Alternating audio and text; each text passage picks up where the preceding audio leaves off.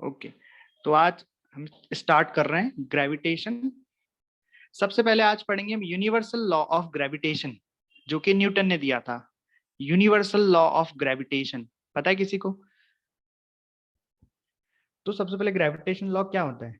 तो हम बोलते हैं कि पृथ्वी हम पर जो फोर्स लगाती है वही ग्रेविटेशन फोर्स है। बात सही है, पृथ्वी हम पे जो फोर्स लगाती है that is gravitational force. But क्या ऐसा है कि केवल पृथ्वी ही, ये अर्थ ही फोर्स लगा सकती है ग्रेविटेशन? नहीं, कोई भी दो मास, कोई भी दो ऑब्जेक्ट जिनके पास मास हो, और जो भी ऑब्जेक्ट है सबके पास मास होते हैं, राइट? तो कोई भी दो ऑब्जेक्ट जिनके पास मास हो वो आपस में एक दूसरे को अट्रैक्ट करते हैं, और वो अट्रैक्शन का फोर्स ग्रेविटेशनल फोर्स कहलाता है। Gravitation force is always a attractive force. Repulsion, this is not a repulsive force, right? ये बात समझ में आई आपको? ये ग्रेविटी, ग्रेविटी कैसा फोर्स है? अट्रैक्टिव फोर्स है, फोर्स ऑफ अट्रैक्शन है ये, ठीक है? तो न्यूटन ने कैसे बताया? उन्होंने देखा कि मतलब ये मास m1 ये m2 को अपनी तरफ अट्रैक्ट कर रहा है, वह उतने ही फोर्स से ये m2 भी इस m1 को अपनी तरफ अट्रैक्ट कर रहा है। यानी कि हम बोलते हैं ना पृथ्वी हमें mg से खींच रही है अपनी तरफ, ऐसा नहीं है कि पृथ्वी ही हमें mg से नीचे खींच रही है, हम भी पृथ्वी को mg से ऊपर खींच रहे हैं। समझ में आई बात? जैसे ये पृथ्वी है और ये हम है, तो हम बोलते हैं पृथ्वी ने हम पर mg फोर्स लगाया, राइट? बिल्कुल सही बात है, पृथ्वी ने हम पे ग्रेविटेशन फोर्स लगाया। लेकिन हमने भी तो पृथ्वी पर mg ही लगाया है, सेम फोर्स होता है दोनों। भैया एक्शन का रिएक्शन, पृथ्वी ने हम पे लगाया तो हमने पृथ्वी पे लगा दिया। बस फर्क इतना है कि पृथ्वी इतनी भारी है कि इसको कोई फर्क नहीं पड़ता इतने से फोर्स से। हम हल्के फुल्के होते हैं तो आ जाते हैं नीचे, वापस जंप करते तो नीचे पहुंच जाते हैं, है ना? ऐसा। तो न्यूटन ने बताया कि ये जो फोर्स है attractive force, force of attraction है दो मासेस के बीच में, जो m1 m2 पर लगा रहा है इस तरीके से, और m2 m1 पर लगा रहा है इस तरीके से, ये जो फोर्स है, इस फोर्स को मैं F बोल दूं। ये फोर्स डायरेक्टली प्रोपोर्शनल होता है m1 इंटू m2 के। मतलब ये जो m1 और m2 का मल्टीप्लीकेशन है, ये मल्टीप्लीकेशन जितना बढ़ता जाएगा, बढ़ता जाएगा, कैसे जाएगा, बढ़ेगा, कैसे बढ़ेगा? m1 बढ़ेगा तो m1 m2 बढ़ेंगे, m2 बढ़ेगा तब भी। मतलब दोनों मासेस में अगर कोई भी मास हम बढ़ाते हैं तो फोर्स ऑफ अट्रैक्शन बढ़ेगा, ग्रेविटेशनल फोर्स, ग्रेविटेशनल पुल बढ़ता है। और ये जो फोर्स है it is inversely proportional to r square, मतलब F directly proportional to 1/r square. मतलब दोनों मासेस के बीच में डिस्टेंस जितनी ज्यादा हो जाएगी उतना ये फोर्स कम होता जाएगा, राइट? इसलिए इसको इनवर्स स्क्वायर लॉ भी कहते हैं।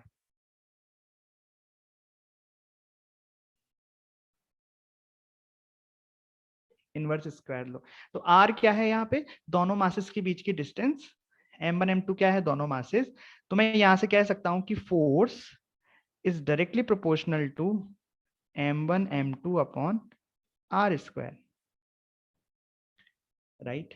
अच्छा, अब ये जो प्रोपोर्शनलिटी है ये हटेगी और एक कांस्टेंट आएगा, और वो कांस्टेंट आप सभी जानते हो क्या होता है।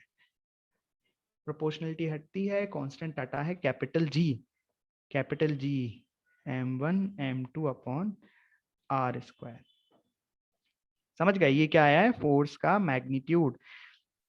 ये क्या फोर्स है? m1 m2 पर लगा रहा है, उतना ही फोर्स m2 m1 पर भी लगा रहा है। ये फोर्स कितना है?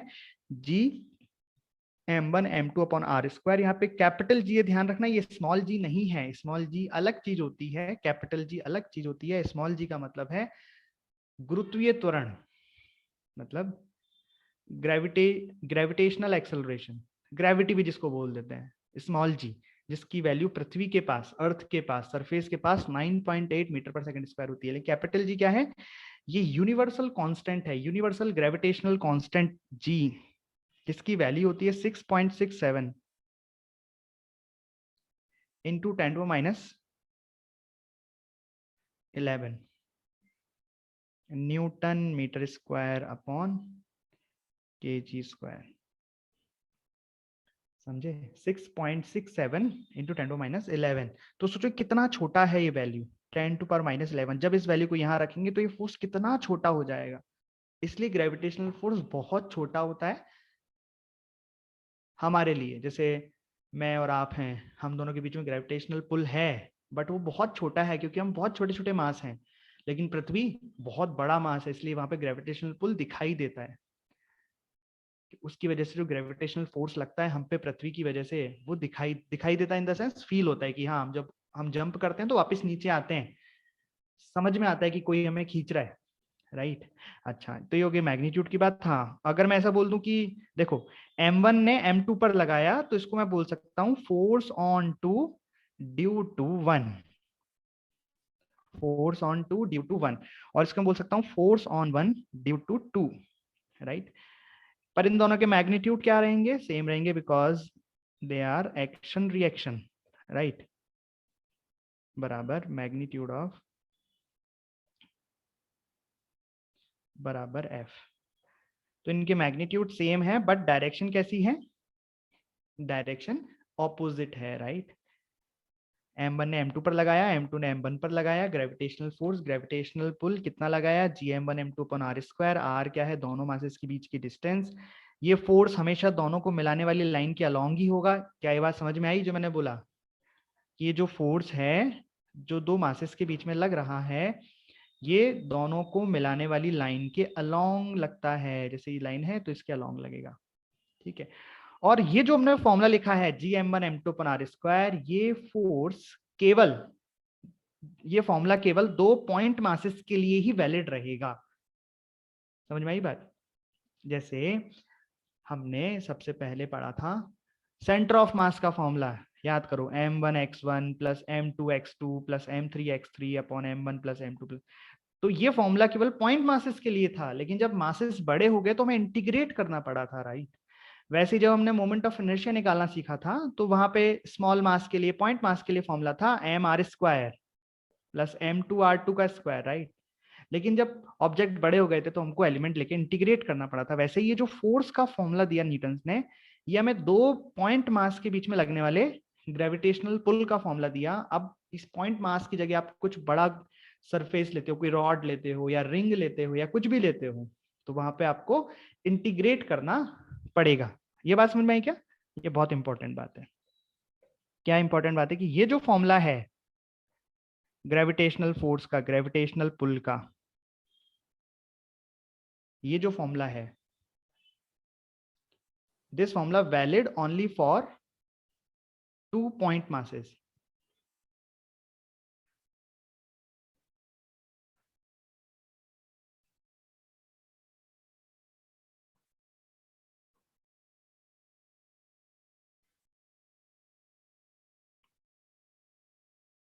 ठीक है, ये सारी बातें मैंने इसके बारे में लिख दी। और एक और बात, ये जो फोर्स है ये बहुत ही हल्का फोर्स है। हल्का मतलब वीक फोर्स है। It is the weakest force of nature, but it's range is very large.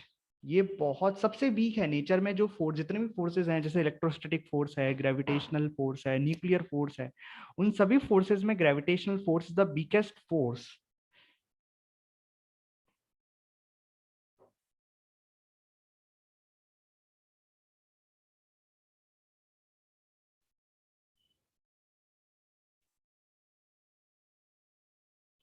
But its range is very large।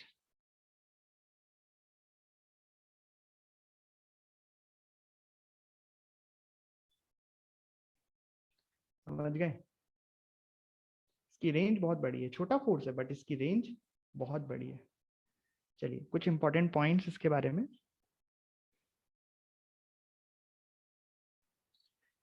कुछ इंपॉर्टेंट पॉइंट्स अबाउट कैसे मतलब यूज करना है, क्या होता है ये। तो देखो, सबसे पहली बात कि force between 2 point masses is always along line joining them and it's attractive in nature। ये बात समझ में आई क्या? मतलब मैं एग्जांपल लेता हूं कि मान लो दो मासेस इस तरीके से, 2 point मास ऐसे और एक मान लो इधर ऐसे। तो ये तो पक्का है कि जो फोर्स होगा वो अट्रैक्शन का होगा। This is attraction force, gravitational pull भी कहते हैं। बट ये फोर्स किधर लगेगा? तो दोनों पॉइंट को मिलाने वाली लाइन के अलोंग लगता है हमेशा, 2 point मासेस के बीच में। समझ में? मतलब अट्रैक्शन ऐसे ऐसे ऐसे नहीं होगा, जो लाइन मिलाई है उसके अलोंग होगा। ऐसा नहीं इधर कर दो, हमेशा जो लाइन मिलाई है उसके अलोंग होगा। भाई बात समझ में आई भाई ये वाली? बोलो, कोई दुख दर्द समस्या कुछ तो नहीं इसमें? दूसरी बात, it does not depend on medium between them. इसका क्या मतलब है? इसका मतलब है कि मान लो कि ये दो पार्टिकल्स थे पहले, जो ऊपर दिए ना हमने, ये पार्टिकल्स थे, राइट। अभी इन पर कितना फोर्स लग रहा है? अभी इन पर फोर्स लग रहा है एफ एफ। इस पे फोर्स लग रहा है एफ, ये उस पे लगा रहा है और वो इस पे लगा रहा है, राइट। ग्रेविटेशनल फोर्स एफ लगा रहे हैं। बट हमने क्या किया कि इस सिस्टम को, ये जो दो मास का सिस्टम है, इस मास को हमने एक कंटेनर में रख दिया, और कंटेनर में कोई लिक्विड था, हमें नहीं पता कौन सा लिक्विड था, बस था कोई लिक्विड। मतलब कोई भी लिक्विड हो सकता है, कोई भी मीडियम हो सकता है। हमने इस पूरे सिस्टम को किसी फ्लूइड में, किसी मीडियम में भर दिया इसको। तो बताओ, अब दोनों मासेस के ऊपर जो एक दूसरे पर ये ग्रेविटेशनल फोर्स लगा रहे थे, क्या ये फोर्स चेंज हो जाएगा? नहीं होगा। यही तो है कि does not depend on medium between them. ये उस मीडियम पे डिपेंड नहीं करता है, आप चाहे दोनों मासेस को हवा में रखो या पानी में रखो या कहीं और रखो, जो ग्रेविटेशनल पुल आ रहा था वो तो उतना ही आएगा। तभी तो तभी तो आप सोचो कि जैसे कई बार हम क्वेश्चन करते हैं, आगे करेंगे फ्लूइड वगैरह में, हमने किसी ब्लॉक को पानी में डुबो रखा है या किसी फ्लूइड में डुबो, तो यहाँ पे भी mg, हम mg ही लगाते हैं, कुछ और नहीं लगाते हैं। जो ग्रेविटेशनल पुल है अर्थ की वजह से, वो mg ही रहेगा। मतलब अगर स्विमिंग पूल में कूद जाओ तो वहां पे mg ही लगेगा आपके ऊपर। वो बात अलग है कि जो फ्लूइड है वो भी आप पे एक पॉइंट फोर्स लगाएगा, राइट। लेकिन ग्रेविटी की वजह से जो फोर्स लग रहा है, ग्रेविटेशनल पुल mg ही रहेगा। बात समझ में आ गई? एंड लास्ट पॉइंट, सबसे इंपॉर्टेंट पॉइंट, क्या है ये पॉइंट? कि this force follow principle of superposition. Principle of superposition का मतलब क्या है? देखो, अभी जो मैं बात कर रहा हूं, ये जो फोर्स का फॉर्मूला दिया न्यूटन ने, ये दिया दो पॉइंट के बीच में, दो पॉइंट मासेस के बीच में लगने वाला ग्रेविटेशनल फोर्स। लेकिन मैं बात कर रहा हूं कि अगर मान लो कुछ ऐसा होता कि ये एक पॉइंट मास है, इसका मास है एम नॉट, इसके आसपास खूब सारे मासेस रखे हुए हैं, बहुत सारे मासेस रखे हुए हैं ऐसे, M1, M2, M3, M4। अरे बात समझ में आई? ऐसे बहुत सारे मासेस रखे हुए हैं, M1, M2, M3, M4। तो हमें जो फॉर्मूला पता है वो तो केवल दो मासेस के बीच में लगने वाले फोर्सों के बीच में ही पता है। तो हम या तो इसके बीच में निकाल सकते हैं, या इसके बीच में निकाल सकते हैं, या इसके बीच में निकाल सकते हैं, या इसके बीच में निकाल सकते हैं। हमें निकालना है कि एम नॉट पर लगने वाला नेट फोर्स, कि एम नॉट पर यहाँ पर नेट फोर्स क्या लगेगा। अभी देखना, अर्थ वर्थ नहीं मान रहे हैं हम, है ना, कि अर्थ है तो सब बोलो कि सर अर्थ की वजह से mg, तो आप लगा ही नहीं रहे हो कहीं भी, भैया हम ग्रेविटेशन ही पढ़ रहे हैं। तो मान लो ये एक तरीके से दो अर्थ ही रखी हुई हैं, दो अर्थ मतलब एक अर्थ है और एक मार्स है, आपस में लग रहे हैं ग्रेविटेशनल फोर्स। समझ गए? तो mg की बात नहीं होगी यहाँ पे कि वो mg लगता था ना सर, वहां पे सरफेस होती थी और mg नीचे लगता था। ये चैप्टर उनसे बड़ा है भाई। अभी तक तो हम जो भी काम करते थे, गाड़ी चलाते थे, ब्लॉक चलाते थे, सरफेस पे चलाते थे, इसलिए mg लग जाता था। हम बात करेंगे इस चैप्टर में प्लैनेट्स की, कि एक प्लैनेट दूसरे प्लैनेट पे कितना फोर्स लगा रहा है, राइट। अरे बात समझ में आई आपको कुछ? तो ऐसे मान लो कि यहाँ पे ये अर्थ है, अर्थ के पास पास बहुत सारे प्लैनेट्स हैं, ऐसे घूर के देख रहे हैं अर्थ को। तो अर्थ पर लगने वाला नेट ग्रेविटेशनल पुल कितना होगा? एम नॉट पर लगने वाला नेट ग्रेविटेशनल पुल कितना होगा? तो यही सुपरपोजिशन प्रिंसिपल है। क्या कहता है कि if we have a number of particles, then force on any one particle due to any other particle is independent of presence of other particles. समझना है क्या कह रहा है? ये कह रहा है कि अगर यहाँ पे मान लो बहुत सारे पार्टिकल्स हैं, तो किन्हीं दो पार्टिकल्स के बीच में लगने वाला ग्रेविटेशनल फोर्स, किन्हीं दो पार्टिकल्स के बीच में लगने वाला ग्रेविटेशनल फोर्स जो अदर पार्टिकल्स प्रेजेंट हैं उनसे इंडिपेंडेंट होगा। मतलब ये जो वन नाम का जो मास था, ये एम नॉट वाले मास पर जितना ग्रेविटेशनल पुल लगा रहा था, वो उतना ही लगाएगा। ये तीनों, मतलब ये तीन जो मासेस हैं, वो हो चाहे ना हो, से इस वन को कोई फर्क नहीं पड़ेगा। मतलब इस वन और एम नॉट के बीच में जो अट्रैक्शन है, वो उतनी ही रहेगी जितनी होनी चाहिए। बात समझ में आई? इन तीनों के होने या नहीं होने से इन दोनों के अट्रैक्शन पर कोई भी फर्क नहीं पड़ेगा, राइट। ये तो यहां तक की बात हो गई। And the net force on any particle, जैसे एम नॉट पर लगने वाला नेट फोर्स क्या होगा? Is vector sum of individual forces due to all other particles. मतलब जितने ये अदर पार्टिकल्स हैं, ये सभी इस पर जितना जितना अपना इंडिविजुअल इंडिविजुअल इंडिविजुअल फोर्सेस लगाएगा, उन सभी का जो नेट वेक्टर सम होगा दैट इज नेट फोर्स। बताओ बात क्लियर है? जैसे बात एम नॉट पर वन अपनी तरफ एक अट्रैक्टिव फोर्स लगाएगा दैट इज F1। ओके, ये टू यहां पर इसकी तरफ फोर्स लगाएगा दैट इज F2। ओके, ये थ्री यहाँ पे अपनी तरफ एक फोर्स लगाएगा दैट इज F3, और ये फोर इसको अट्रैक्ट करेगा दैट इज F4। ये F1 F2 F3 F4 कहां से निकलेंगे? Gm1m2 अपॉन आर स्क्वायर वाले फॉर्मूले से। ठीक है, लेकिन एम नॉट पर लगने वाला जो नेट फोर्स होगा F net force on M naught, वो कितना होगा? F1 vector plus F2 vector plus F3 vector plus F4 vector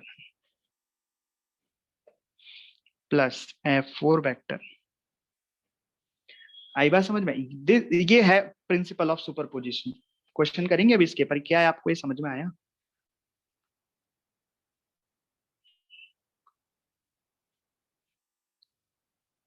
क्या ये बात आपको समझ में आई क्या? ये F1 F2 F3 F4 कैसे निकालेंगे बताइए? F1 F2 F3 F4 कैसे निकालेंगे? ये कैसे निकलेंगे? ये अपने न्यूटन्स फॉर्मूले से निकलेंगे। जी M1 M not upon R1 का स्क्वायर। इस तरीके से समझ गया? सब लिखूं, सारे लिख दूं क्या? जी M2 M नॉट R2 का square.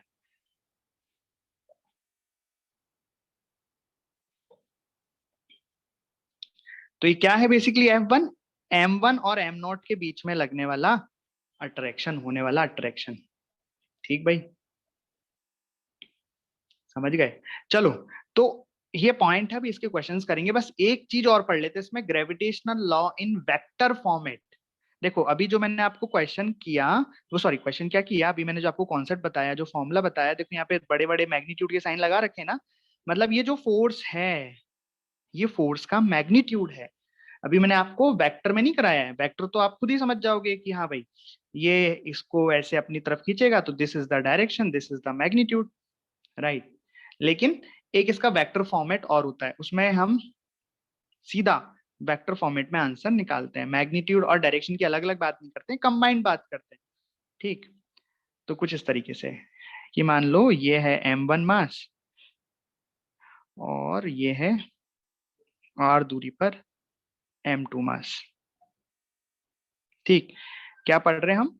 Gravitational law, gravitation law in vector form. चलिए, तो इस तरीके से, राइट। तो हमें निकालना है force on two due to one. Force on two due to one क्या फाइंड करना है हमें? Force on two due to one हमें फाइंड करना है, force on two due to one. देखो मैंने वेक्टर लगाया, मतलब इसका वेक्टर फॉर्मेट में फाइनल आंसर निकालना है कि प्रॉपर क्या होता है। प्रॉपर का मतलब, वेक्टर का मतलब क्या होता है, भूल तो नहीं गए? वेक्टर का मतलब क्या होता है कि magnitude, magnitude into direction. Direction को हम यूनिट वेक्टर भी कहते हैं, याद है? कैप से प्रेजेंट करते हैं। जैसे अगर मैग्नीट्यूड को डायरेक्शन से मल्टीप्लाई कर दिया जाता है तो क्या बन जाती है? वो वेक्टर बन जाती है। मैग्नीट्यूड को डायरेक्शन से मल्टीप्लाई कर दिया जाता है, डायरेक्शन का मतलब है यूनिट वेक्टर। अगर आप मैग्नीट्यूड को इसके यूनिट वेक्टर से मल्टीप्लाई कर दोगे तो वेक्टर बन जाएगा। मतलब आपको निकालना है force on two due to one, one की वजह से दो पर लगने वाला फोर्स का वेक्टर। तो पहले मैग्नीट्यूड निकालो और उसको डायरेक्शन से मल्टीप्लाई कर दो, सिंपल, राइट। ओके, तो देखो हमें फोर्स निकालना है दो पर लगने वाला, तो दो पर लगने वाला फोर्स क्या हो जाएगा? This is the force. इस तरफ से ऐसे लगेगा फोर्स,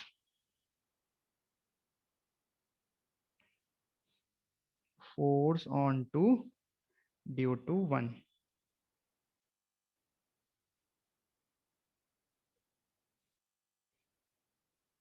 ठीक है, तो जिसकी वजह से फोर्स लगता है उसको हम बोलते हैं सोर्स, सोर्स मास। और जिस पर हम फोर्स काउंट कर रहे हैं उसको बोलते हैं टेस्ट मास। टेस्ट कर रहे हैं ना इसको, टेस्ट मतलब जांच पड़ताल कर रहे हैं। किस पे जांच पड़ताल कर रहे हैं? M2 के ऊपर जांच पड़ताल कर रहे हैं। M2 पर कितना फोर्स लगेगा वो निकाल रहे हैं। किसकी वजह से? M1 की वजह से। तो ये हो गया सोर्स मास। ठीक है भाई। तो अब देखना ध्यान से। और M1 से M2 को मिलाने वाला वेक्टर क्या हो गया? M1 से M2 को मिलाने वाला वेक्टर मतलब ये 1 है ना। M1 को अपन ने 1 बोला है और M2 को अपन ने सेकंड मास बोला है। ठीक है। तो M1 से M2 को जो मिलाने वाला वेक्टर है, ये वाला वेक्टर यहां से लेके यहां तक वाला, इस वेक्टर को हम कैसे बोलेंगे? R21 vector.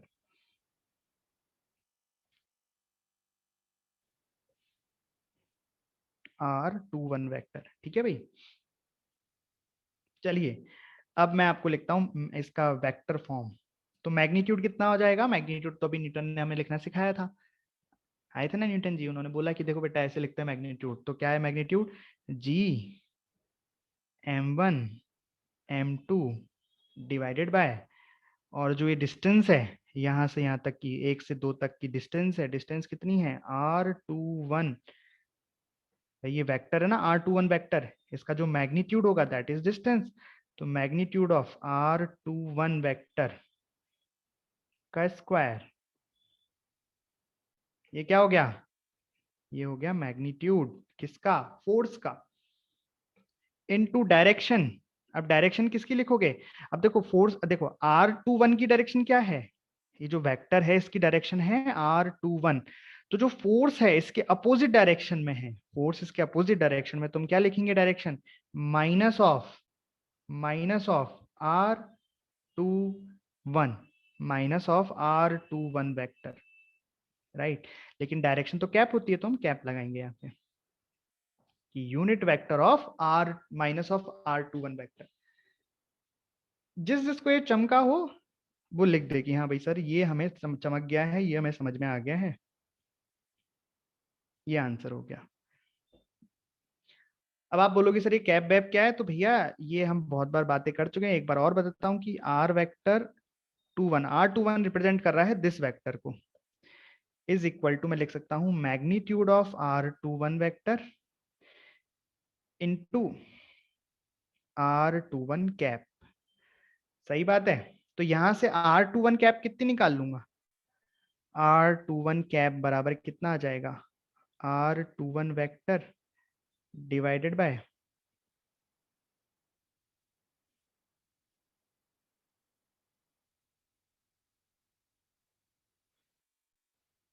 Magnitude of R21। क्या ये बात चमकी आपको? अब इस कैप को मैं यहां रख दूं, इस कैप को मैं यहां रख दूं, तो फाइनल फॉर्मूला क्या बन जाएगा जो आपको रटना है, याद करना है? Vector format of the gravitational law, gravitational law का वेक्टर फॉर्मेट F21 बराबर, क्या करने वाला हूं मैं? इस R21 को यहां रख दूंगा। तो एक तो माइनस आ रहा है, माइनस को मैं आगे ले आया, ये बन गया GM1 M2 upon magnitude of R21 vector का स्क्वायर, और ये कैप की जगह मैं रख दूंगा यहाँ पे R21 divided by magnitude of R21 vector. तो फाइनल जो आपको याद करना है, अब ये फाइनल लिख रहा हूं मैं, जो आपको याद करना है कि force on two due to 1 is equal to minus GM1 M2 upon, नीचे दोनों मल्टीप्लाई हो जाएंगे तो क्यूब हो जाएगा ये, मैग्नीट्यूड ऑफ R21 वेक्टर का क्यूब इंटू R21 वेक्टर। ये आपको याद रखना है। समझ गए?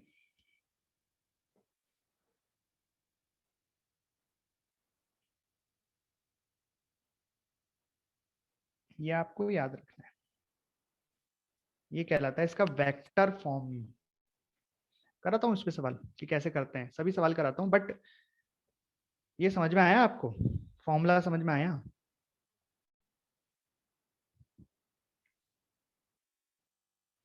कैसे निकाला समझ में आया?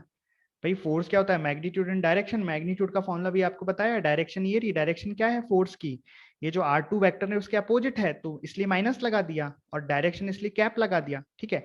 अब कैप है तो उसको ऐसे लिख सकता हूँ, कैप को मैंने यहाँ रिप्लेस कर दिया तो उसकी जगह ये लिख दिया, यहाँ स्क्वायर का और 1 का मल्टीप्लाई किया तो क्यूब बन गया, तो ये फॉर्मूला हमने रट लिया, याद कर लिया, राइट।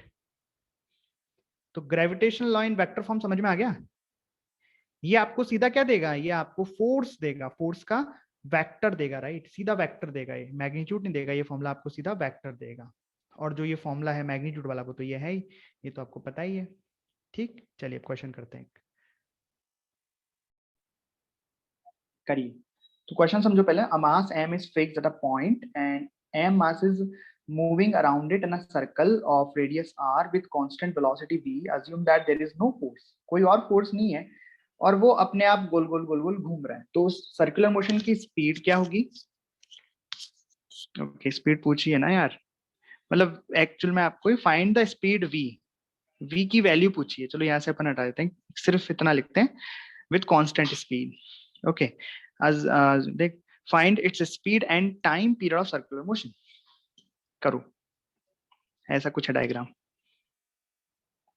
तो सेंटर पर एक मास है कैपिटल एम जो फिक्स है, और एक और मास एम है जो ऐसे यहाँ चक्कर काट रहा है किसी वेलोसिटी v से, v मान लेते हैं वेलोसिटी, यही तो फाइंड करना है।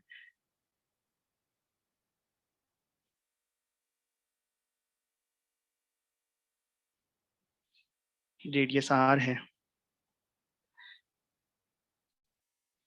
कैसे करें बताओ।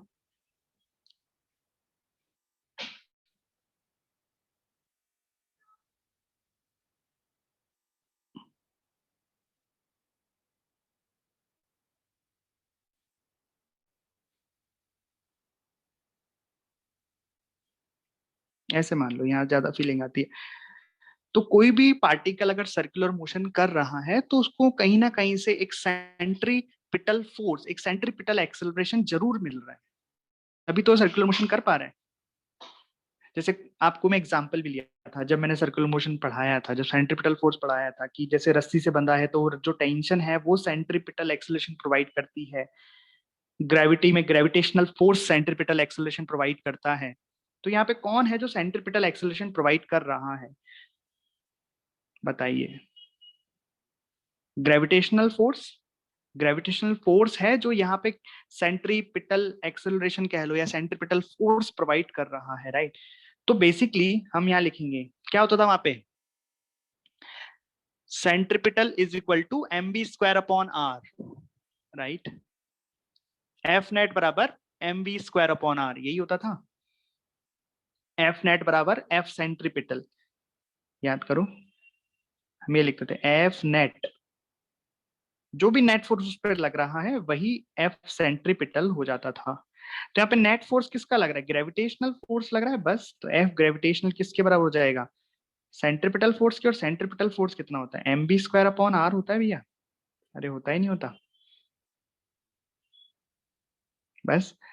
तो ग्रेविटेशनल फोर्स कितना हो जाएगा, G M one M two upon R square, तो जी तो जी है, ओके। इसका मास m है और इसका मास भी m है, तो ये m इंटू एम हो गया, और दोनों के बीच की डिस्टेंस कितनी है, रेडियस r स्क्वायर, ओके। और सेंट्रीपिटल फोर्स कितना हो गया, आप सेंट्रीपिटल फोर्स किसका लिखेंगे, किस पे लग रहा है सेंट्रीपिटल फोर्स, इस मास m पे जो कि घूम रहा है, गोल गोल गोल गोल चक्कर काट रहा है, तो इसका मास है m, वेलोसिटी मान लेते हैं v, M B square, radius कितनी है घूमने की r। सॉल्व करो इसको, r से r गया, एक m से एक m गया, तो v बराबर आ गया यहाँ पे under root G M upon R. क्या ये बात आपको समझ में आई।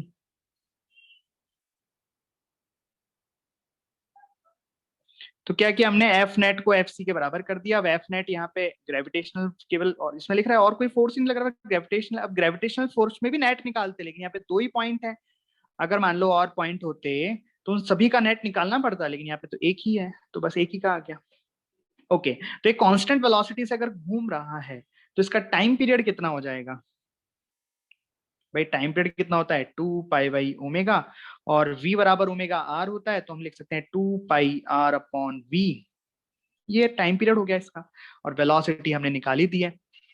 तो सॉल्व करो इसको, ये हो गया 2πr/v, ये हो गया √r/gm, राइट? समझ गए?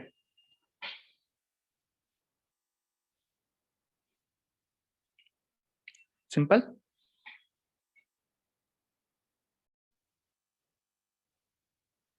मास m मान लेना ना, आइडेंटिकल पॉइंट मासेस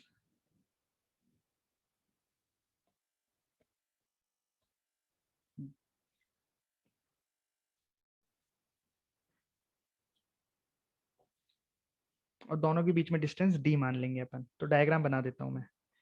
तो ऐसे दो पॉइंट मासेस हैं, दोनों का मास m है और दोनों के बीच में डिस्टेंस है d। ठीक है, अब करो। तो ये सेंटर, अपने सेंटर ऑफ मास को सेंटर मान के गोल गोल घूम रहे हैं, सेंटर ऑफ मास को सेंटर मान के गोल गोल घूम रहे हैं। अब यहाँ अच्छी बात यह है कि मैंने दोनों मासेस सेम लिए हैं। अगर मैंने दोनों मासेस सेम लिए हैं तो सेंटर ऑफ मास इनका बीचों बीच आएगा। ये बात आपको समझ में आई? अदरवाइज आपको सेंटर ऑफ मास निकालना पड़ता। कैसे निकालते, याद है? R1 बराबर m2d upon m1 plus m2, R2 बराबर m1d upon m1 plus m2। ठीक है, लेकिन अच्छी बात क्या है यहाँ पे कि यहाँ पे जो सेंटर ऑफ मास होगा वो बीचों बीच होगा, क्योंकि दोनों मासेस सेम है।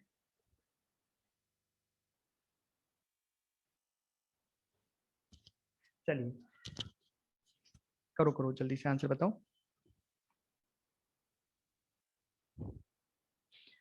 तो कुछ इस तरीके की बातें हो जाएंगी, देखना।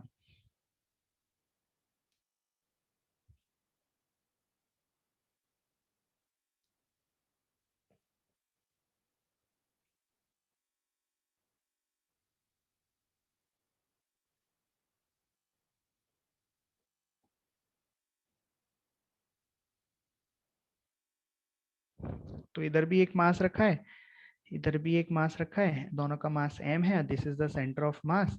और सेंटर ऑफ मास कितनी डिस्टेंस पे आ जाएगा? d/2 पर आ जाएगा। समझना। तो d/2 को सेंटर बना के इसे घूमना है। तो सर्किल ये होगा इसका तो, और दूसरे वाले का भी सर्किल यही हो जाएगा। बात समझ में आई? भाई इसको रेडियस, इसको सेंटर बनाया, ये रेडियस बनाई, और इसका अगर मैं सर्किल ड्रॉ करूंगा तो वो ऐसे गुजरेगा। मतलब दोनों पार्टिकल यहाँ पे सेम सर्कल पे ही घूमेंगे, क्योंकि दोनों की रेडियस सेम है, सेंटर सेम है, रेडियस सेम है। लेकिन अगर यहाँ पे सेंटर ऑफ मास बीचों बीच में नहीं होता तो ये कुछ शिफ्ट हो जाता, उस केस में ये दोनों अलग अलग रेडियस में घूम रहे होते हैं। ठीक, लेकिन अभी तो सेम रेडियस में घूमेंगे, तो ये तो अच्छी बात है। कुछ इस तरीके से, राइट? तो ये सेम रेडियस में घूमेंगे। तो मान लेते हैं कि इसकी वेलोसिटी v है,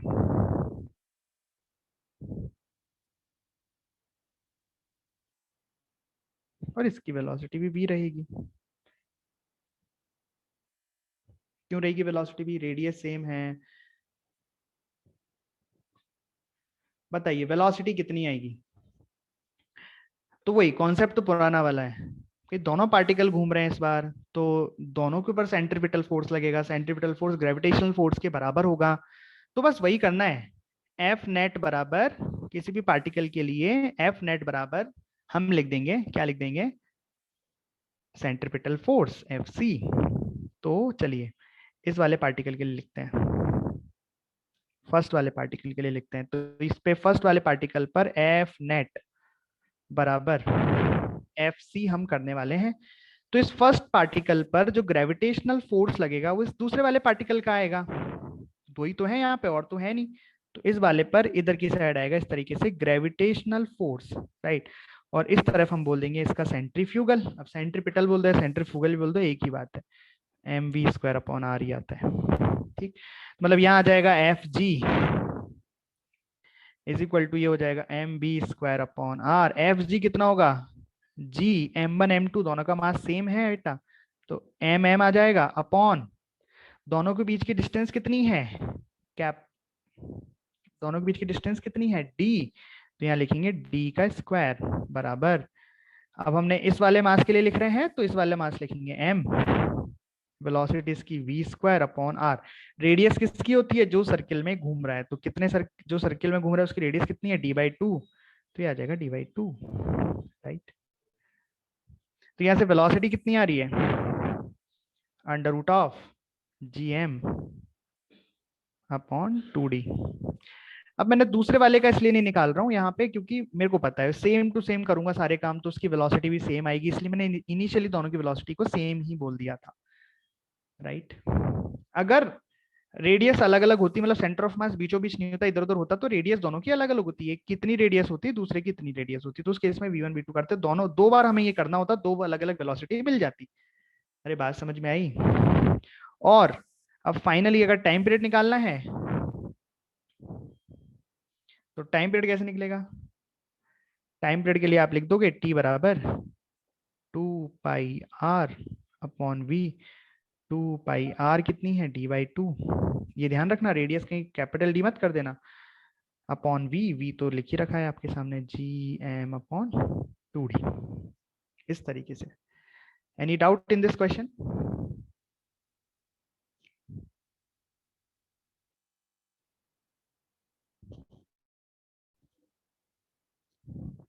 any doubt in this question? ये समझ में आ गया ना कि v सेम क्यों रहेगा? क्योंकि दूसरे वाले पार्टिकल के लिए हम सेम चीज करेंगे। इस पर भी ग्रेविटेशनल फोर्स लग रहा होगा जिसको हम सेंट्रीपिटल फोर्स के बराबर करेंगे, और फिर वो ऐसी कैलकुलेशन होगी, वी आ जाएगा। एक और सवाल करा रहा हूँ, उसमें मैं दोनों के मासेस अलग अलग लूंगा तो सेंटर ऑफ मास बीच में नहीं आएगा। उस केस में दोनों की वेलोसिटी अलग आएगी, वो आपको निकालनी है। करें एक और सवाल?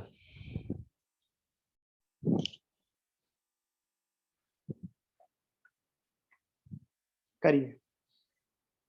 तो इसमें दो अलग अलग मास के पार्टिकल हैं, दोनों के बीच में डिस्टेंस d है, और वो अपने सेंटर ऑफ मास के अबाउट घूम रहे हैं due to their mutual gravitational force.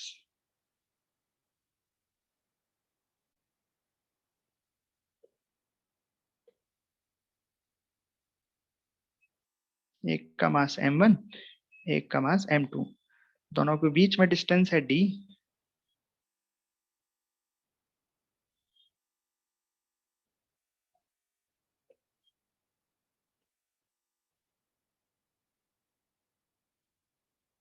करिए, कैसे करोगे?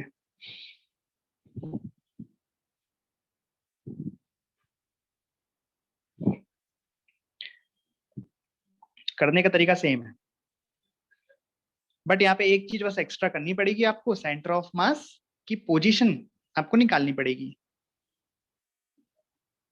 सेंटर ऑफ मास क्योंकि यहाँ पे बीचों बीच में नहीं होगा। ये बात तो समझ में आ रही है ना आपको कि सेंटर ऑफ मास बीचों बीच में नहीं होगा, या ये बात समझ में नहीं आ रही है? किधर की साइड होगा? जिधर का मास ज्यादा होगा। मान लेते हैं m1 ज्यादा है, तो बेसिकली सेंटर ऑफ मास निकाल लेते हैं सबसे पहले। तो मान लो सेंटर ऑफ मास ये रहा, तो m1 से जो सेंटर ऑफ मास की दूरी है वो है r1, और m2 की सेंटर ऑफ मास से दूरी मान लीजिए r2। तो r1 r2 मैं साइड में निकाल देता हूँ, इसकी बहुत जरूरत पड़ने वाली है, मतलब जब भी जरूरत पड़ेगी हम यहाँ से कॉपी कर लेंगे। r1 कितना है? r1 हो जाएगा m2d upon r1 plus r2, यानी कि सॉरी उल्टा लिख दिया, yes, m2d upon m1 plus m2, and r2 हो जाएगा आपका m1d अपॉन, इस R1 R2 में तो किसी को डाउट नहीं है ना, बाकी बात बाद में। R1 R2 में तो किसी को डाउट नहीं है ना। चलिए, अब यहाँ पे जो M1 घूमेगा उसका आप सर्कल ड्रॉ कर लो। M1 किस पाथ पे घूमेगा? M1 इस सेंटर ऑफ मास को सेंटर बनाते हुए, इस सेंटर ऑफ मास के को सेंटर बनाते हुए घूमेगा, तो इस तरीके से घूमेगा। इसकी रेडियस कितनी हो जाएगी? R1 रेडियस में ही घूमेगा, ठीक है। तो ये R1 रेडियस में घूम लिया ऐसे, समझ गए? ये क्या है? ये तो है M1 का सर्कल। M1 इस तरीके से घूम रहा है, और M2 कैसे घूम रहा है? M2 ऐसे घूम रहा है। M2 ने क्या है? M2 की रेडियस कितनी है? M2 की रेडियस है R2, तो इस तरीके से ये R2 रेडियस में घूम रहा है M2। तो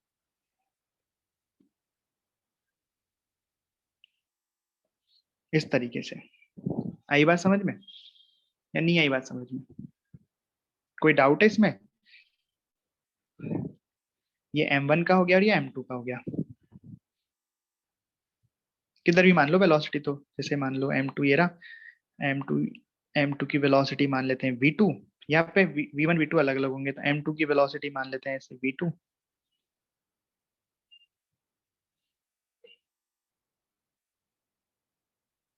ठीक है, और इसकी वेलोसिटी मान लेते हैं v1।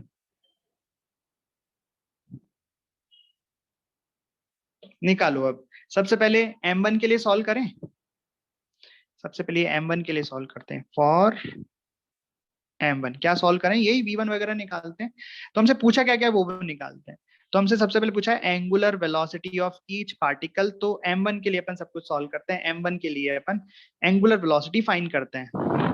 तो वापस से सब चीज लिखने की जरूरत तो नहीं है कि एफ नेट बराबर एफ सेंट्रीपिटल एफ नेट हो जाएगा यहाँ पे ग्रेविटेशनल फोर्स, जो बराबर हो जाएगा M B square upon R के। M B square upon R के लिए भी लिख सकते हैं या एम ओमेगा स्क्वायर आर भी लिख सकते हैं। और यहाँ पे जो ग्रेविटेशनल फोर्स होगा, तो केवल दो ही पार्टिकल हैं, तो यही एक दूसरे पर लगाएंगे। लिख दूं डायरेक्ट कि जो वन पर लगने वाला ग्रेविटेशनल फोर्स होगा, जो वन पर लगने वाला ग्रेविटेशनल फोर्स होगा कितना होगा, वो होगा जी m1 m2 upon D square. Right, क्योंकि दोनों के बीच में डिस्टेंस डी है, बराबर। इसको किसके बराबर कर दे हम, सेंट्रीफ्यूगल फोर्स के। सेंट्रीपिटल क्या होता है, सेंट्रीफ्यूगल सेंट्रीपिटल फोर्स क्या बोलता था, M V square upon R या एम ओमेगा स्क्वायर आर, दोनों लिख सकते हैं। ओके, तो ये किसकी बात कर रहे हैं हम, मास m1 की बात कर रहे हैं। तो मास किसका आएगा, m1 का आएगा। ओमेगा बात करेंगे तो ओमेगा भी किसकी आएगी, वन की, तो इसलिए ओमेगा वन लिख दिया। और रेडियस भी किसकी आएगी, वन की, तो आर वन लिख दिया। अब इसे हमें सॉल्व करना है। इसको सॉल्व करना है तो हमें आर वन की वैल्यू यहाँ पे पुट करनी होगी। जल्दी से आर वन की वैल्यू पुट करो और ओमेगा वन की वैल्यू निकालो। करें, देख लेते हैं, जल्दी से करते हैं। तो ये हो गया, देखो m1 से m1 गया और r1 की वैल्यू पुट करो। तो सबसे पहले तो मैं ओमेगा वन लिख लेता हूँ यहाँ से। ओमेगा वन का स्क्वायर कितना आ गया, ये आ गया G m2 upon D, D into R one. ठीक है, अब आर वन की वैल्यू डाल देते हैं। तो ये हो गया G m2 upon D. R one की वैल्यू अलग कलर से डालेंगे। आर वन कितना है, m2d upon m1 plus m2। तो यहाँ लिखेंगे हम m2d upon m1 plus m2। तो m2 से m2 गया, ये आ गया g upon D square m1 plus m2।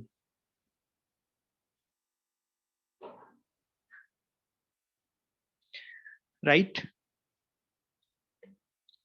अच्छा डी स्क्वायर तो पहले से था, सॉरी सॉरी, डी स्क्वायर पहले से था, तो अब क्या आ जाएगा, डी क्यूब आ जाएगा।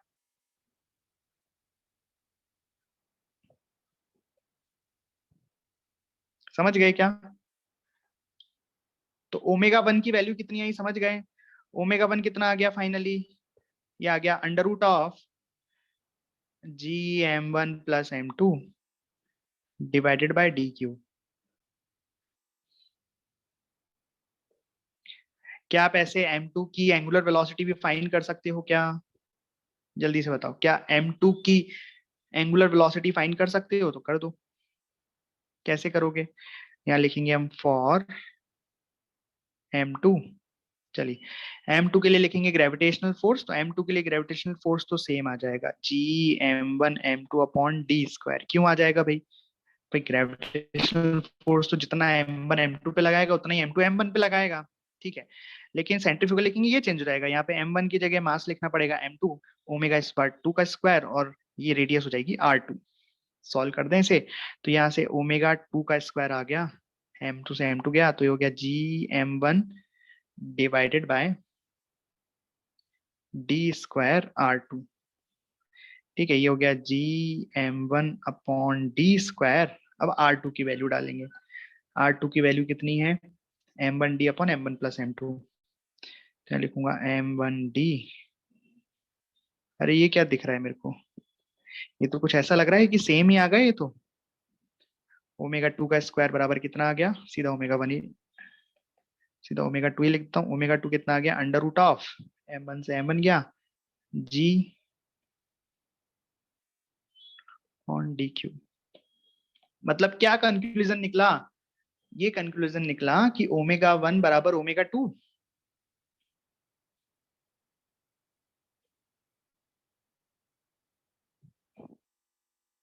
अच्छा बताओ, एंगुलर वेलोसिटी सेम आ गई इनकी, तो क्या इनकी v1 v2 भी सेम हो जाएंगे? हाँ कि ना?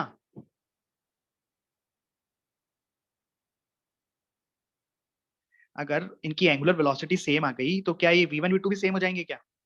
नो, v1 v2 सेम नहीं होंगे, क्योंकि v1 v2 तो क्या हो जाएंगे भाई? इसको तो हम लिख सकते हैं, चलो v1 ये सॉरी ओमेगा 1 बराबर ओमेगा 2 बराबर ओमेगा ही लिख लेते हैं। अब जब जब सेम ही है तो ओमेगा 1 ओमेगा 2 की क्या जरूरत है?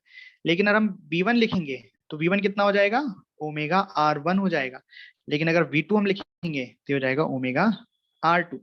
राइट? समझ में आई बात? यानी कि वेलोसिटी अलग अलग हो जाएंगी, एंगुलर वेलोसिटी सेम हो जाएंगी। ठीक है, अगला सवाल क्या था? Ratio of their angular momentum about centre of mass, centre of mass के अबाउट उनका एंगुलर मोमेंटम हमें लिखना है। ओके, तो सेकंड क्वेश्चन, एंगुलर मोमेंटम याद तो है कि भूल गए? क्या होता है एंगुलर मोमेंटम का फॉर्मूला? बताओ। कि जैसे अगर कोई पार्टिकल इस तरह से रेडियस आर में घूमे, उसके पास वेलोसिटी v हो, मास m हो,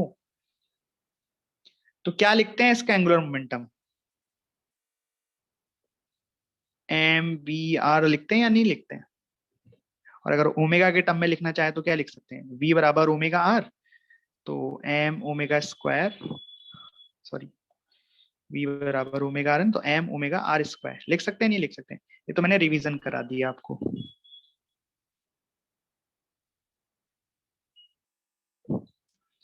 अगर कोई पार्टिकल इस तरीके से सर्कल में घूम रहा है v वेलोसिटी से ओमेगा से, तो हम लिख सकते हैं ना एम वी आर परपेंडिकुलर। जैसे ये r हो गया, ये उसका परपेंडिकुलर हो गया, तो M V perpendicular into R. ठीक है, चलिए अब पहले पार्टिकल के लिए लिख देते हैं और दूसरे पार्टिकल के लिए लिख देते हैं। पहले पार्टिकल का एंगुलर मोमेंटम हम L1 बोल देते हैं, इसके लिए मास हो जाएगा m1, ओमेगा तो दोनों के लिए सेम है, यहाँ लिख देंगे हम r1 का स्क्वायर, और डिवाइड कर देंगे L2, क्योंकि हमें रेशो निकालना है। तो L2 कितना हो जाएगा? मास लिख देंगे हम m2, ओमेगा सेम है r2 का स्क्वायर। कितना आ गया? कितना आ गया भाई? ओमेगा से ओमेगा गया, तो m1 upon m2 into r1 upon r2 का, r1 अपॉन r2 का होल स्क्वायर। अच्छा, r1 अपॉन r2 कितना होता है जल्दी से बताओ भाई? r1 अपॉन r2 कितना होता है? हम जानते हैं r1 r2 ये होता है, तो r1 अपॉन r2 कितना होता है भाई?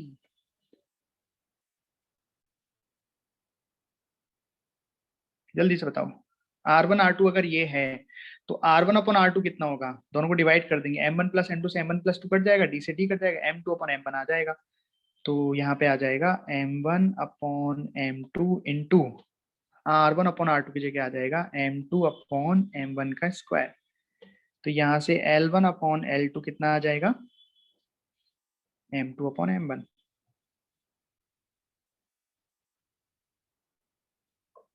समझ गए? और थर्ड क्वेश्चन क्या था? Ratio of kinetic energy, ratio of kinetic energy बताना है। ओके, तो काइनेटिक एनर्जी कैसे लिखेंगे पहले वो बता देता हूँ। भाई सिंपल तो है, एक पार्टिकल है जो सर्कुलर मोशन में घूम रहा है, तो हम कैसे लिखते हैं? हाफ एम बी स्क्वायर लिखते हैं। अगर v को ओमेगा आर के टर्म में लिख दें तो हम लिख सकते हैं हाफ एम, v बराबर कितना होता है ओमेगा आर, तो लिख सकते हैं ओमेगा स्क्वायर आर स्क्वायर। चलिए, तो काइनेटिक एनर्जी फर्स्ट पार्टिकल की कितनी हो जाएगी डिवाइडेड बाय सेकंड पार्टिकल की? तो फर्स्ट पार्टिकल की काइनेटिक एनर्जी हो जाएगी हाफ, मास है m1, ओमेगा तो ओमेगा ही है, r1 का स्क्वायर, और दूसरे पार्टिकल की हो जाएगी हाफ, मास 2, ओमेगा सेम है, r2 का स्क्वायर। ये बच्चा m1 upon m2, r1 upon r2 का होल स्क्वायर। ये तो वही आ गया यार। तो k1 अपॉन k2 भी कितना आ जाएगा? m2 upon m1। समझ गए ना क्या किया? यहाँ पे हमने r1 अपॉन r2 को रख दिया m2 अपॉन m1। कैसे रखा? अभी अभी तो सिखाया यहाँ से। बताओ, हो गया पूरा सवाल? कोई डाउट इसमें आपको?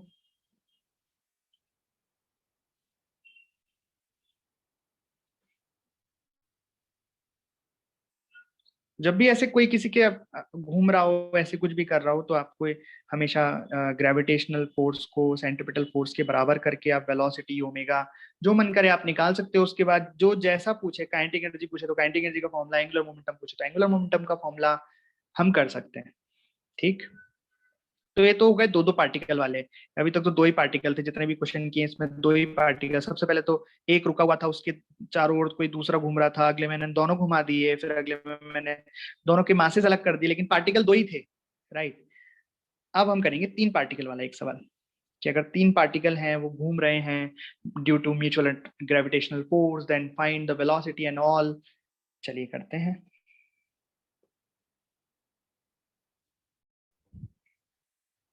तो तीन मासेस हैं जो एक इक्विलेटरल ट्रायंगल में रखे हुए हैं।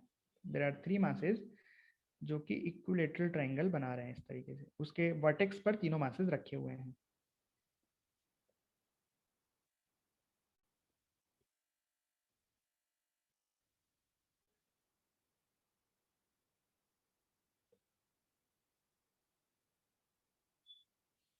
मास m, ठीक है। और ये सेंट्रोइड के बाद तीनों घूम रहे हैं, मतलब केंद्रक बोलते हैं इसको। क्या होती, तीनों सर्कल में घूम रहे हैं, मतलब ये रेडियस में ऐसे ही घूम रहे होंगे। समझ रहे हो? तो ये डिस्टेंस, ये डिस्टेंस, ये डिस्टेंस बराबर होगी, तो इसका जो सर्कल बनेगा वो बेसिकली इस तरह का एक सर्कल बनेगा जो तीनों शीर्षों से होके जाएगा, और तीनों घूम रहे हैं, तीनों की तीनों घूम रहे हैं सर्कल पर। तो आपको बताना है कि इनकी वेलोसिटी क्या होगी घूमने की। तीनों आपस में एक दूसरे के म्यूचुअल अट्रैक्शन की वजह से घूम रहे हैं, कोई एक्स्ट्रा फोर्स उन पर नहीं लग रहा है, बस ऐसे घुमा के हमने छोड़ दिया और ये हमेशा हमेशा के लिए ऐसे घूमते रहेंगे। आपको बताना है इनकी वेलोसिटी क्या होगी। करिए।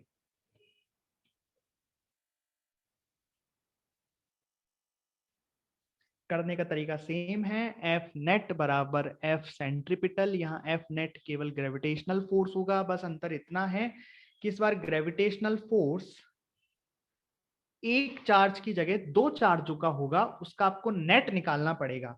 तो बेसिकली सवाल और कुछ नहीं है, नेट ग्रेविटेशनल फोर्स निकालने का सवाल है।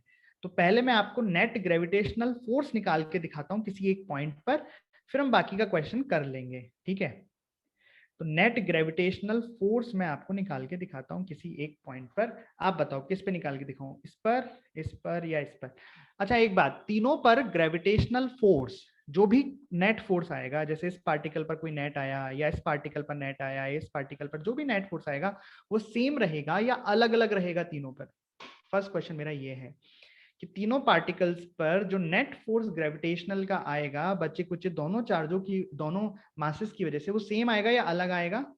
अच्छा आप कह रहे हो सेम आएगा। ओके चलो सेम आएगा, वेरी गुड। लेकिन अगर ये मास मैं यहाँ पे m1 m2 और m3 कर दूं, अगर मैं मास यहाँ पे m1 m2 m3 कर दूं, m की जगह, तो बताइए किसी भी पार्टिकल पर जो नेट ग्रेविटेशनल फोर्स आएगा अदर टू मासेस की वजह से, वो सेम आएगा डिफरेंट आएगा?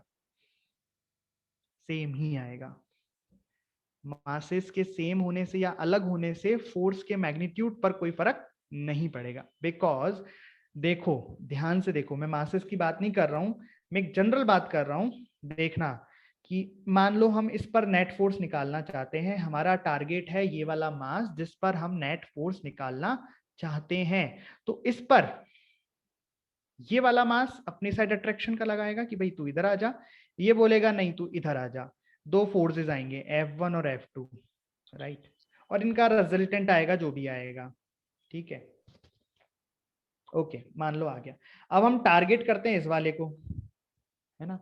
तो जितना ये इस पर लगा रहा था उतना ही ये इस पर लगाएगा। अरे बात समझ में आई? उतना ही ये इस पर लगाएगा और ये इस पर कुछ लगाएगा, जितना भी लगा रहा था, राइट। तो उसको हमने F1 माना था, तो ये भी F1 हो जाएगा, इसको F3 बोल दो कुछ, तो इस पर रिजल्टेंट कुछ आ जाएगा इस तरीके से। ठीक। और अब इसकी बात करते हैं, तो ये उस पर उतना ही लगाएगा और ये उस पर उतना ही लगाएगा, मतलब ये F2 लगा रहा था, ये F3 लगा, तो रिजल्टेंट आ जाएगा। तो एक दूसरे के कारण जो फोर्सेस लग रहे हैं वही तो बाद में नेट लग रहे हैं, तो सभी पे सेम ही आएंगे भाई। एक्सटर्नल कोई फोर्सेस नहीं है, तो अगर हम तीनों को सिस्टम मान लें तो नेट फोर्स कितना होने वाला है, 0 होने वाला है। इंटरनल फोर्स 0 होने वाले हैं, और इंटरनल फोर्स 0 कब होंगे, जब सारे फोर्स एक दूसरे से कट जाएं।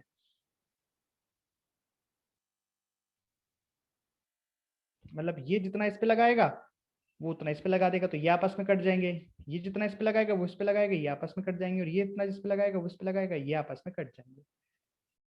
हाँ भाई, तो अगर यहाँ मासेस अलग अलग हो गए m1 m2 m3, तो नेट फोर्स तो 0 आएगा सिस्टम पर, सारे फोर्स एक दूसरे को काट पीट के 0 कर देंगे। बट अगर हम पर्टिकुलर मासेस की बात करें कि इस पर कितना नेट आएगा, या इस पर कितना नेट आएगा, या इस पर कितना नेट आएगा,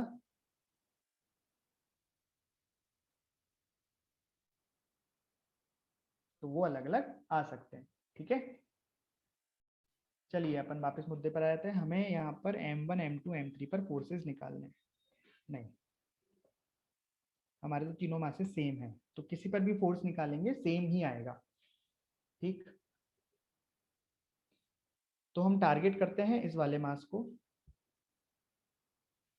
इस पर लगने वाला नेट फोर्स हम देखते हैं।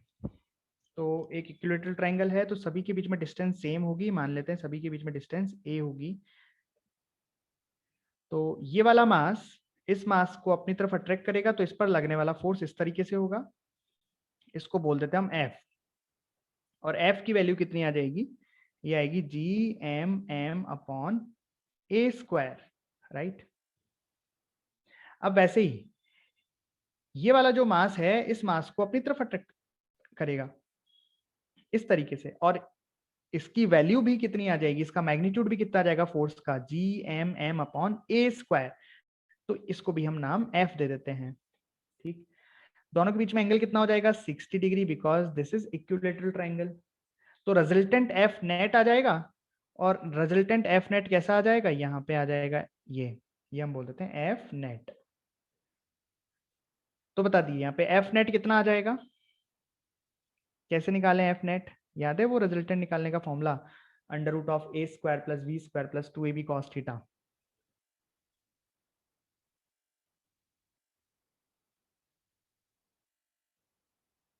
देखिए ये मैंने रिजल्ट फॉर्मूला लगा दिया, यहाँ पे a क्या हो गया f, b भी क्या हो गया f, तो a² + v² + 2ab cos theta. तो कितना आ गया ये यहाँ से आ गया f² 2f² प्लस cos 61/2, तो ये भी हो गया f², 3f², √3f आ गया ये, राइट।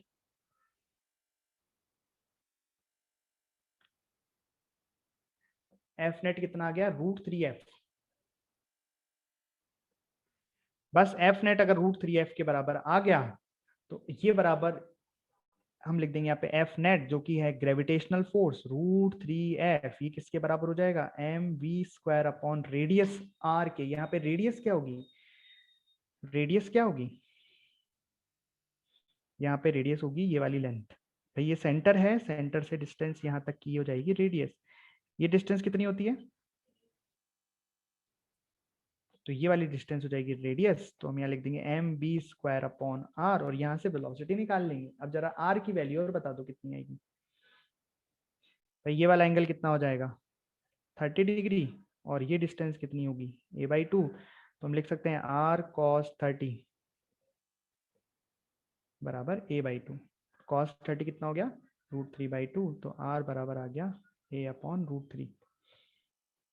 तो r की जगह आप पुट करोगे a/√3, से बन जाएगा √3f बराबर mv² a/√3, और f कितना है, Gm²/a², तो हो गया √3 Ga² बराबर mv²/a√3। तो फाइनल आंसर वेलोसिटी का कितना आ गया, √Gm/a। समझे।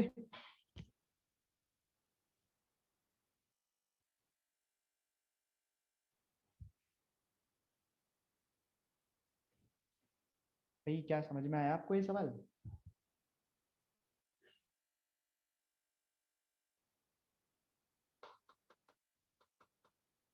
कोई डाउट तो नहीं है इसमें।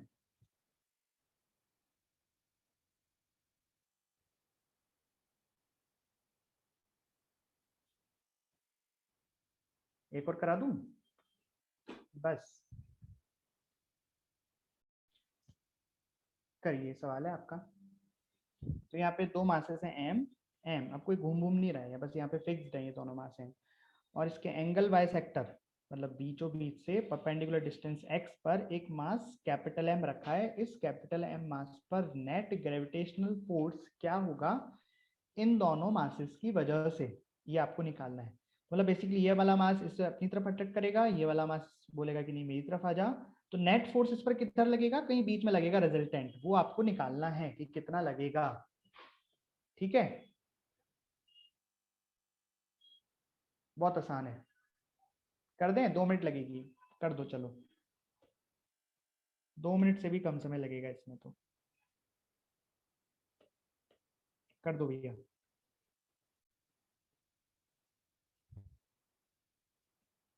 तो ये वाला मास क्या बोलेगा, ये वाला मास बोलेगा इस वाले मास से कि मेरी तरफ आ जा, मतलब इस पे इधर की साइड ये फोर्स लगाएगा, और दूसरा वाला मास बोलेगा नहीं मेरी तरफ आ जा, वो इधर फोर्स लगाएगा। तो मैं फोर्सेस ड्रॉ कर दूं कि, और फोर्स हमेशा मिलाने वाली लाइन के अलोंग लगता है, तो ये फोर्स लगेगा इस तरफ,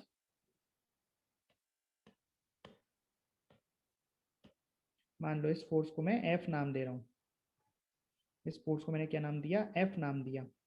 तो ये F की वैल्यू कैसे लिखूंगा, F बराबर G M1 M2, दोनों मास M है तो इसलिए mm upon R square. R कितना है, दोनों के बीच की डिस्टेंस, दोनों के बीच में जो हमने डिस्टेंस निकाली उसका स्क्वायर, दोनों के बीच में डिस्टेंस कितनी आएगी, ये आएगी, तो बता सकता है ये बीच में जो आर आएगी वो कितनी आएगी, आर बराबर under root of X square plus D square का स्क्वायर करना है, तो ये बन जाएगा X square plus D square. तो ये एफ आ गया। इस वाले मास ने जो इस वाले मास पर फोर्स लगाया वो एफ है, ग्रेविटेशनल फोर्स की वैल्यू मैंने साइड में निकाल के रख ली। अभी दूसरा वाला मास है वो किधर लगाएगा, वो भी बोलेगा कि नहीं मेरी साइड आ जा, तो ये दोनों को मिलाने वाली लाइन हो गई, ये वाला मास बोलेगा कि नहीं इधर आ जा, तो ये फोर्स इधर लगाएगा। अगर मैं देखूं कि ये फोर्स कितना लगेगा, अगर मैं देखूं कि ये फोर्स कितना लगेगा, तो दोनों का मास m है, तो मैं लिखूंगा जी एम एम, दोनों के बीच में डिस्टेंस भी इस r के बराबर ही है, तो लिखूंगा x square plus D square, तो इसको भी मैं f नाम दे दूंगा, दे सकता हूँ f नाम, भाई इसको f नाम दिया है तो इसको भी f दे दो, क्यों, सेम ही है, राइट। तो अब क्या रिजल्टेंट निकाल दूं क्या, बताओ, रिजल्टेंट निकाल लूं क्या, तो कैसे निकालू रिजल्टेंट, तो मान लो कि ये वाला एंगल थीटा है, फिर रिजल्टेंट निकालेंगे दो तरीके हैं, या तो एंगल कंपोनेंट करके निकाल लो या फॉर्मूले से निकाल लो। तो अगर ये एंगल थीटा है तो मैं सिमेट्री से कह सकता हूं कि ये वाला एंगल भी थीटा होगा, होगा कि नहीं होगा भाई, अगर ये एंगल मैंने थीटा माना है तो सेम राइट एंगल ट्रायंगल इधर बन रहा है, वो एंगल भी थीटा होगा। तो यहां मैं कंपोनेंट कर सकता हूं एफ के, बोलिए एफ के कंपोनेंट कर दूं, इधर की साइड में जब एफ के कंपोनेंट करूंगा तो एफ के दो कंपोनेंट होंगे, एक तो नीचे होगा और एक इधर होगा, और जब दूसरी साइड में एफ के कंपोनेंट करूंगा तो उसमें भी दो कंपोनेंट होंगे, एक नीचे होगा और एक इधर होगा, इधर वाले कंपोनेंट आपस में एक दूसरे को कैंसिल आउट कर देंगे, नीचे वाले कंपोनेंट जुड़ जाएंगे। क्या ये बात आपको समझ में आई कि नीचे वाले कंपोनेंट एक दूसरे से जुड़ जाएंगे, नीचे वाले कंपोनेंट जुड़ के कितने आ गए, 2f cos थीटा, यही आपका एफ नेट हो गया। भाई जो साइड के कंपोनेंट होंगे वो तो एक दूसरे को काट देंगे, F sine theta F sine theta, और नीचे वाले कंपोनेंट जुड़ जाएंगे, F cos theta plus F cos theta, तो 2f cos थीटा आंसर हो गया। अब मैं जरा इसको ठीक से लिख दूं, तो ये हो गया एफ नेट बराबर 2 इंटू एफ तो मैंने निकाल के रखा है, G M square upon X square plus D square into cos theta. अब जो राइट एंगल ट्राइंगल में मैंने थीटा माना है उस थीटा, अब थीटा तो हमें दिया नहीं था ना, तो थीटा हमें उन्हीं टर्म्स में लिखना पड़ेगा जो हमें गिवन है। तो यहाँ देखो थीटा क्या होता है, बेस अपॉन हाइपोटेन्यूज, राइट, मतलब आधार बटा कर्ण, तो कॉस थीटा लिखना है ना यार, कॉस थीटा कितना होता है, बेस अपॉन हाइपोटेन्यूज, तो थीटा अगर ये है तो बेस कितना हो गया एक्स, तो यहाँ एक्स लिख दूं, हाइपोटेन्यूज कितना हो गया आर, और आर क्या है under root of X square plus D square, अरे है ना मजेदार। तो एफ नेट कितना आ गया फाइनली, ये आ गया 2 G M square into X divided by X square plus D square की पावर 3/2। बताओ ये आ गया? किस किस को समझ आ गया? किस किस को ये समझ आ गया? क्या किया मैंने? इस वाले मास की वजह से फोर्स इधर लगेगा, उस फोर्स की वैल्यू लिख ली आई। इस वाले मास की वजह से फोर्स इधर लगेगा, फोर्स की वैल्यू इधर आई। दोनों मास, दोनों ही फोर्सेस सेम आए बिकॉज मैंने सारे मासेस सेम लिए थे, राइट। इनकी वजह से जो कंपोनेंट आया वो कंपोनेंट नीचे आया, वो जुड़ गया, साइड वाले कंपोनेंट कट गए एफ साइन थीटा। मैंने ये थीटा मान लिया अपने मन से, तो आंसर हमें 2f cos थीटा मिल गया। आप बोलोगे सर आपने यही थीटा क्यों माना, ये थीटा भी तो मान सकते थे। तो मान लो, तब भी सेम आंसर आएगा। cos थीटा की वैल्यू मैंने ट्रायंगल्स को देख के लिख दी और फाइनली ये आंसर हमें मिल गया। Any doubt?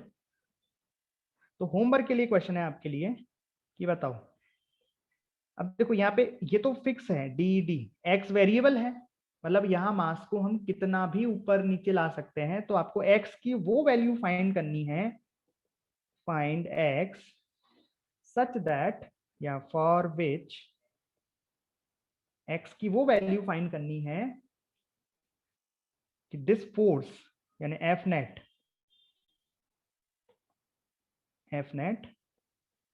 will become maximum,